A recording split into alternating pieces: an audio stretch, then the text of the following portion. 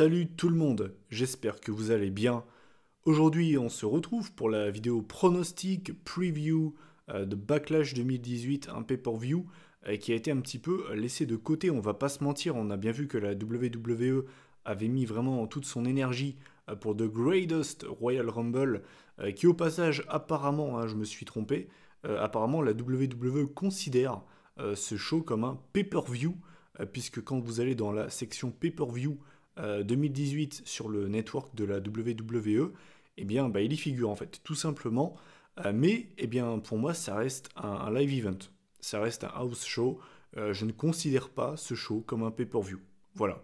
À la fin de l'année, quand je vais faire mon top 3 et mon flop 3 des pay-per-view de 2018, vous allez ni le voir dans les tops, ni le voir dans les flops, parce que voilà, pour moi, ce n'est pas un pay-per-view. Voilà. Après, ça reste bien évidemment totalement personnel. En parlant d'Arabie Saoudite, je vais y revenir très rapidement, puisque ça a été annoncé, la WWE retournera en novembre pour un show en Arabie Saoudite du côté de Riyad. Ce coup-ci, alors par contre, je ne sais pas si ce sera télévisé ou pas, je pense, vu l'argent qu'a mis l'Arabie Saoudite dans ce projet, je pense que ce sera encore une fois télévisé. Je pense que ça va être The Greatest Survivor Series, du coup. Donc du coup, la question qu'on peut se poser, c'est qu'est-ce que ça va donner. Moi, je vois bien des matchs genre 50 contre 50, un petit peu comme dans Fortnite. Sans déconner, on rigole, mais ils sont totalement capables de faire ça. Enfin bref, la page, la parenthèse Arabie Saoudite étant refermée, on va pouvoir parler donc de Backlash 2018, un pay-per-view qui apparemment ne vous emballe pas des masses, puisque j'ai fait un petit sondage vite fait sur Twitter avant de tourner la vidéo. Et vous allez le voir au montage, je vais mettre le classement, enfin les résultats. Voilà, c'est quand même très très mitigé, il y a quand même plus de non que de oui. Et voilà en fait. Et d'ailleurs, j'ai un abonné qui m'a mis ce message, je me rappelle plus de son pseudo, il se reconnaîtra de toute façon. C'est pas Backlash, c'est Backlay. C'est vraiment le pay-per-view, c'est Backlay 2018. Je vais l'appeler comme ça sans déconner parce que vraiment, les gars t'ont bâclé le show comme j'ai rarement vu. Mais j'ai rarement vu un show autant bâclé. Pour la preuve, ne serait-ce qu'avec ça, le poster officiel du show, du pay-per-view, a été révélé, je crois, seulement mardi, ce qui est quand même assez exceptionnel, parce que d'habitude, les posters de pay-per-view sont révélés facilement 2 3 semaines en avance, ce qui est normal, quoi. Enfin, bref, trêve de blabla, on va rentrer donc dans le vif du sujet. À l'heure en tout cas où je fais cette vidéo, il n'y a pas encore de pré-show, il n'y a pas de match annoncé dans le pré-show. Faut bien vous en douter, il y en aura au moins un, lequel je ne sais pas, mais on s'en fout un petit peu. Voilà, donc le premier match dont je vais vous parler, bien ce sera pour le titre US. On aura donc Jeff Hardy contre Randy Orton. Donc une affiche vraiment très rétro, on se souvient de cette rivalité qu'ils avaient eue fin d'année 2007, début d'année 2008, avec notamment le fameux spot où Jeff Hardy saute du haut de, je crois, facilement 9 mètres sur Randy Orton dans le décor.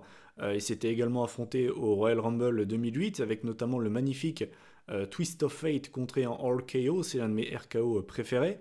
Voilà, donc ça fait vraiment très rétro. Je vois bien d'ailleurs le petit bobo sur sa terrasse à Paris en train de siroter son café en mode c'est trop, c'est so 2008 quoi. Jeff Hardy, Randy Orton, c'est so 2008 quoi. Non mais sans déconner. L'époque RTL 9, Catch Attack, le coffre à catch, c'est so rétro quoi. Enfin bref, je pars totalement en couille moi. Bref, voilà, le show en Arabie Saoudite a laissé des séquelles comme vous pouvez le voir. D'ailleurs, je suis déçu, pour revenir au sérieux, déçu en fait que Shelton Benjamin n'ait pas été rajouté à ce match, puisqu'en plus de ça, on avait eu des rumeurs comme quoi il aurait pu être rajouté.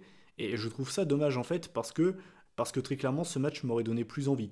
Parce que Jeff Hardy et Randy Orton, je vais peut-être en surprendre pas mal, mais je suis pas spécialement très hypé par ce match. Le côté rétro va faire son effet, mais je pense pas que in-ring ça va être du très très grand match. Parce que Jeff Hardy a quand même pris un coup dans la gueule, je trouve. In-ring, il est quand même beaucoup moins rapide qu'il y a de ça 10 ans. Après, c'est compréhensible, voilà.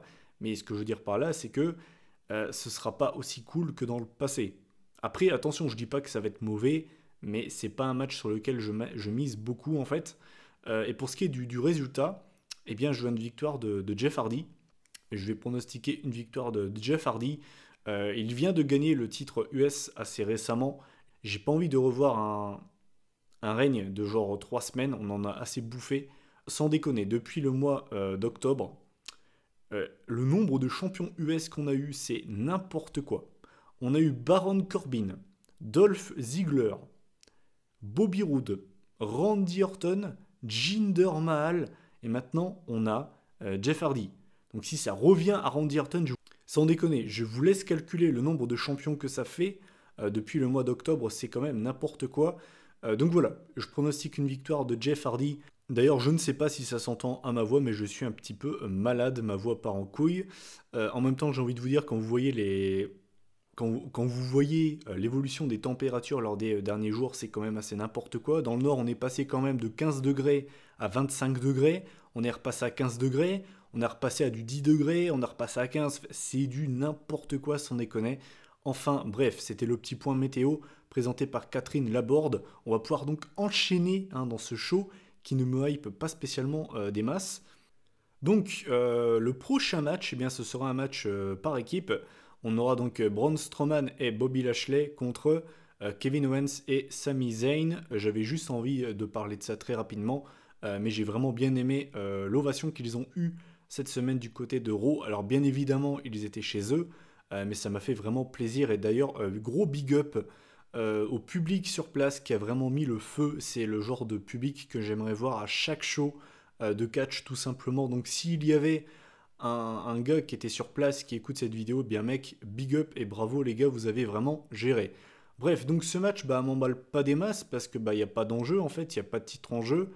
D'ailleurs, je trouve ça dommage parce que du coup le Cruiserweight Championship est encore une fois laissé de côté en pay-per-view. Et pour moi, j'aurais préféré avoir ce match-là, par exemple, que ce match par équipe qui ne va absolument rien apporter. Cela dit, donc, ce match, j'en attends pas grand-chose là non plus. Ça va pas être un très grand match de catch. Et pour ce qui est du résultat, je pense par contre que je vais en surprendre pas mal. Je pense que beaucoup de gens vont pronostiquer Braun Strowman et Bobby Lashley. Moi, je vais pronostiquer une victoire de Kevin Owens et Sami Zayn, puisque l'air de rien, ils enchaînent les défaites depuis le début d'année 2018, que ce soit au Rumble, à Fastlane, à WrestleMania, au Greatest Royal Rumble. Ils ont également perdu lors des multi-men tag team match qu'on a eu lors des dernières semaines, notamment celui de cette semaine et également celui qu'on a eu lors du Raw qui s'est déroulé le soir du Superstar Shake-Up. Donc voilà, je pronostiquais une victoire de Kevin Owens et Sami Zayn. Alors vous allez me dire comment c'est possible. En face, t'as Braun Strowman qui a gagné un Royal Rumble avec 50 participants et on a Bobby Lashley. Honnêtement, je sais pas vraiment. Je sais pas vraiment comment ils vont s'en sortir en fait. Pourquoi pas un heel turn de Bobby Lashley, parce qu'on va pas se mentir, mais le projet Lashley c'est quand même pas terrible, il a vraiment pas beaucoup de réactions, le public n'est pas forcément à fond derrière lui, donc voilà, pourquoi pas une trahison de Bobby Lashley, j'en sais rien, mais dans tous les cas je vais pronostiquer une victoire de Kevin Owens et Sami Zayn, tabarnak. Ensuite, alors le prochain match, c'est un match que vous allez forcément attendre, puisqu'on aura le retour dans un match 1v1 en pay-per-view, le retour de... Non, pas Daniel Bryan, les gars. Big Cass, et ouais, on s'en fout de Daniel Bryan. C'est Big Cass, le meilleur catcheur de tous les temps. Voyons, il l'a dit cette semaine à SmackDown. Il n'a pas besoin de faire des matchs 5 étoiles. Il défonce tout le monde, Big Cass. Il est trop fort, Big Cass. C'est ma nouvelle idole. Voilà, j'adore Big Cass, quel catcheur incroyable. Non, bon, sans déconner, voilà. Daniel Bryan contre Big Cass. Daniel Bryan qui nous a tant manqué. On ne l'a pas vu pendant 2 ans. Premier match en pay-per-view, en 1v1, on lui donne Big Cass. Genre, t'as quand même un roster assez phénoménal du côté de SmackDown. T'as Samoa Joe, t'as AJ Styles, t'as Rusev, t'as Andrade Cien Almas, t'as les membres de Sanity, t'as Randy Orton, t'as Ty Dillinger. Bref, je vais pas vous faire tout le roster de SmackDown et on te donne limite le pire catcheur du roster. C'est quand même assez incroyable. Alors bien évidemment, je vois ce que la WWE veut faire. On sait que la VE veut mettre en avant Big Cass, malheureusement. Je suis pas croyant, mais très clairement, je prie, hein, parce que j'ai pas envie de voir ce mec champion du monde. Donc voilà, les mecs veulent le mettre en avant. Première chose qu'ils font, ils le mettent contre le mec limite le plus aimé par le WWE Universe. Et si tu regardes de ce point de vue-là, c'est logique. Mais voilà, moi j'ai pas envie de voir ce match. Très clairement, ce match sera pas terrible. Même si Daniel Bryan est capable de faire un bon match contre un manche à balai, ben là c'est Big Cass. Donc ben, le match sera pas terrible, très clairement. Euh, et pour ce qui est du résultat, je vais sûrement en faire criser beaucoup en disant ça, mais j'ai bien peur que la WWE va faire gagner Big Cass en fait. Moi en fait j'hésite. En fait j'hésite parce que dans ma tête je me dis que soit ils vont faire gagner Daniel Bryan genre sur un roll-up ou une couille comme ça, et lors du prochain pay-per-view on va revoir ce match avec ce coup-ci la victoire de Big Cass, ou alors bah, la VE fait gagner Big Cass directement en fait, et malheureusement ben, je vais pronostiquer une victoire de Big Cascouille, malheureusement, hein, voilà. Est-ce que c'est ce que j'ai envie de voir? Bien évidemment que non, hein. Je vais pas vous faire un dessin, vous savez ce que je pense de Big Cass. Pour moi, de toute façon, je vous l'avais dit dans la vidéo du Superstar Shake-Up, Big Cass, ça va être le Jinder Mahal de SmackDown en 2018. Et vous allez voir que je vais pas me tromper, vous allez voir. Il va nous saouler toute l'année, le mec. Donc ben voilà, je vais pas m'éterniser plus longtemps sur ce match. Je vais donc pronostiquer une victoire de Colin Cassidy, a.k.a. Big Cass. Ensuite, alors le prochain match, alors là par contre, je vais vraiment aller très très vite sur celui-là. Donc ce sera pour le SmackDown Women's Championship. On aura donc la nouvelle championne, Carmella, contre Charlotte, donc l'ancienne championne. Je vais pas vous mentir que c'est pas un match qui m'emballe parce que bah, Carmella c'est quand même pas ça dans le ring. Cela dit, je tiens quand même à la défendre. Je trouve que c'est l'une des meilleures talkers à la WWE. Elle est bien meilleure que Bayley et que bah, vraiment pour moi, je le dis franchement, pour moi c'est l'une des meilleures talkers à la WWE. On peut ne pas l'aimer, mais quand je vois qu'il me sortent qu'elle est nulle tout partout, ça par contre je suis pas d'accord. Ça je suis vraiment pas d'accord. Enfin bref. Pour ce qui est du résultat, cela dit, je vois Carmella conserver. Bien évidemment, ce sera pas clean. Je vois bien une intervention, pourquoi pas du Iconic Duo, pourquoi pas. Je vois totalement, par exemple, Becky Lynch venir aider Charlotte. Et en fait, je vois bien, genre, du coup, Becky Lynch, malgré elle, coûter le match à genre Charlotte, en fait. Et je vois bien, genre, des tensions et pourquoi pas une rivalité plus tard entre Becky Lynch et Charlotte. Donc voilà, c'est mon pronostic. Donc voilà, vous l'avez vu. Je vois en fait ben, Carmella conserver la ceinture. J'ai pas envie qu'elle reste championne trop longtemps parce qu'il faut pas non plus déconner. Mais je trouverais ça assez surprenant que la WWE la fasse perdre la ceinture aussi rapidement. Donc voilà. Ensuite, on va enchaîner bah, avec l'autre match féminin. Et oui, on n'est pas en Arabie Saoudite, hein. Oui, les femmes savent catcher. Les femmes dans le catch ne sont pas juste des meufs en backstage, elles savent catcher. Et oui, les gars, et oui, c'est possible. On n'est pas dans la cinquième dimension, c'est oui, oui, ça existe. Donc, pour le Raw Women's Championship, on aura la revanche de WrestleMania entre Nia Jax, la championne, et Alexa Bliss. C'est pas un match qui m'emballe parce que ben voilà, leur match de WrestleMania était quand même pas terrible. On va pas se mentir, c'était l'un des pires matchs du show. Donc ben c'est pas un match qui m'emballe des masses. Je vais également aller très rapidement sur ce match parce que je n'ai pas envie de m'éterniser. Je vois Nia Jax conserver. Pour moi, ce serait une énorme erreur de redonner la ceinture à Alexa Bliss parce que très clairement, et je pense que je suis pas le seul, j'ai une petite saturation avec Alexa Bliss. Elle a été championne pendant très longtemps et son règne est totalement anecdotique, mais genre mais anecdotique. Et je pense que la bonne chose à faire, c'est de laisser Nia championne. Surtout que j'ai eu des rumeurs comme quoi apparemment on pourrait avoir Ronda Rousey contre Nia Jax pour le titre féminin du côté de SummerSlam, ce qui serait pas dégueulasse sur le papier. Donc voilà, donc moi je pronostique une victoire de Nia. Ensuite, on enchaîne avec le match pour le titre intercontinental. Là aussi, ça va être assez prévisible. Donc, on aura le champion, Seth freaking Rollins, contre The Miz. Là, c'est très prévisible parce que du coup, bah, le Miz est à SmackDown, Rollins est à Raw. Je vais pas vous faire un dessin, mais si le Miz reprend le titre, ben Raw n'a pas de titre solo, à part le titre Cruiserweight et le titre Universal. Il n'y a pas de titre mid-card. Est-ce que vous voyez ça arriver? Genre, sans déconner. ce serait quand même la surprise de l'année. Genre, mais vraiment. Du coup, c'est très prévisible en fait. C'est Rollins qui va conserver la ceinture. Ce qui est par contre assez intéressant, c'est que du coup, le Miz ne sera pas aidé ce coup-ci par le Miz Tourage. Et du coup, ben, ça va être assez intéressant de voir comment le Miz va pouvoir s'en sortir. Bien évidemment, il ne va pas gagner, mais ce qui va être assez intéressant, c'est de voir comment est-ce qu'il va tricher pour s'en sortir. Voilà, ça devrait donner un match pas dégueulasse. C'est limite l'un des matchs que j'attends les plus de ce show. Attention, je dis pas que ça va être un grand match de catch. Je dis pas que ça va être du 5 stars. Ça va pas être du Okada Omega. Mais je pense que ça peut être plutôt pas mal entre les deux. Donc voilà, victoire pour moi de Seth Rollins. Ça peut être le show stealer de la soirée. Honnêtement, si les gros matchs déçoivent, ça peut être, ça peut être le show stealer de la soirée. Ensuite, alors, l'avant-dernier match de la soirée. Donc ce sera Shinsuke Nakamura contre AJ Styles, le champion. Donc bien évidemment pour le WWE Championship, une stipulation a été rajoutée lors du dernier SmackDown, puisque ce sera donc un match sans disqualification. Du coup, ben, ce match, j'ai envie de dire que c'est Nakamura qui va s'imposer. Ça fait 3 fois que je pronostique Nakamura. Il a perdu à Mania, il a perdu au Greatest Royal Rumble. Je pense que là, ce sera la bonne. Le match sans disqualification, l'avantage, hein, puisque ben, maintenant c'est Shinsuke Kazuyumura. Ce qui d'ailleurs est assez drôle. J'ai vu un tweet qui en a parlé, ça m'a fait un petit peu.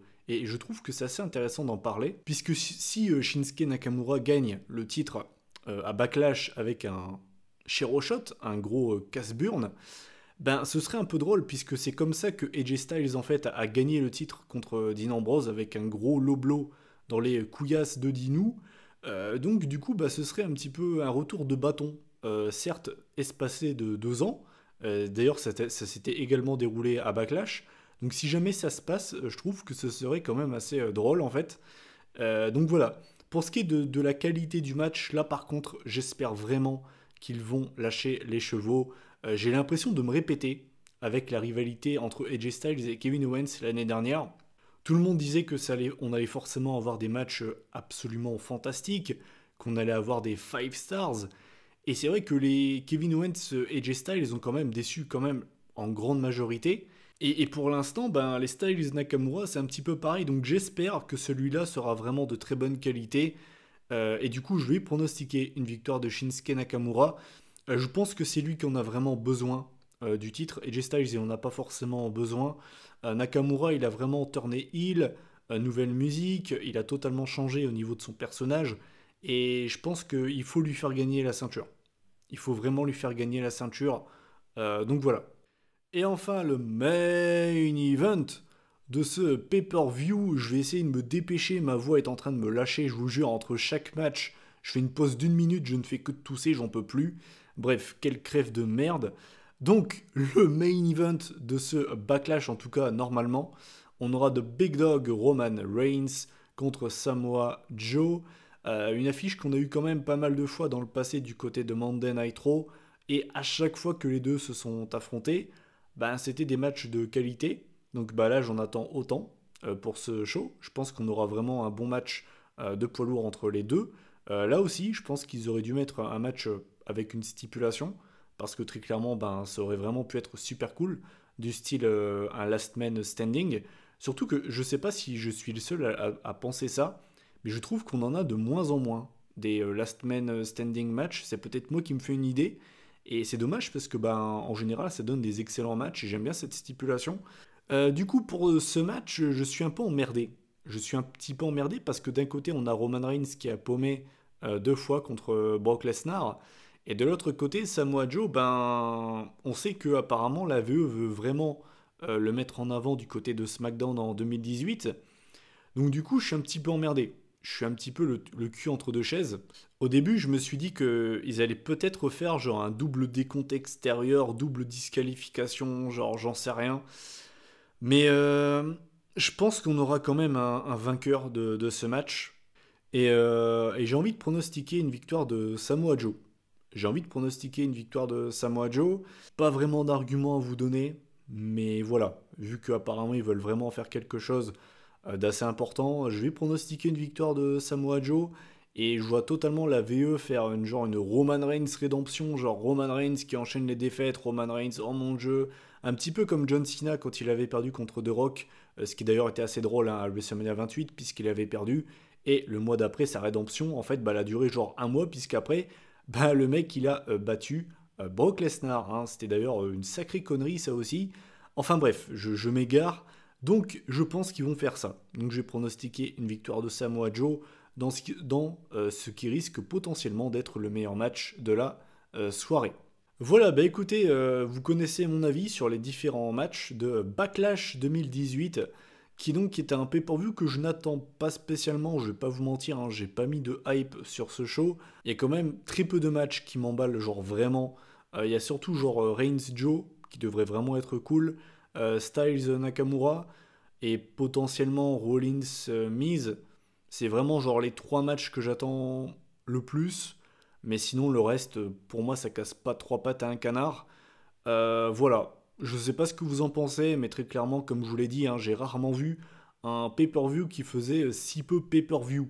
Que ce soit en termes de pub, en termes de promotion, par rapport au poster, comme je vous l'ai dit. Après, voilà, il y a forcément eu le Greatest Royal Rumble, et donc du coup, ils ont dû concentrer toute leur énergie là-dessus. Mais c'est vrai que, voilà, Backlash 2018, je pense pas que c'est un pay-per-view qui rentrera dans les annales.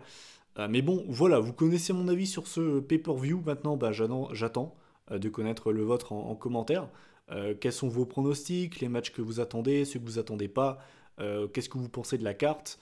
Et puis ben voilà, vous pouvez commenter, liker, partager cette vidéo comme d'habitude. La vidéo résultat arrivera soit lundi ou mardi, comme d'habitude de toute façon. Moi je vous souhaite à tous une bonne fin de semaine, un bon week-end et un bon show pour tous ceux qui vont le regarder en direct. Et puis ben voilà, donc on se retrouve début de semaine prochaine. Salut tout le monde!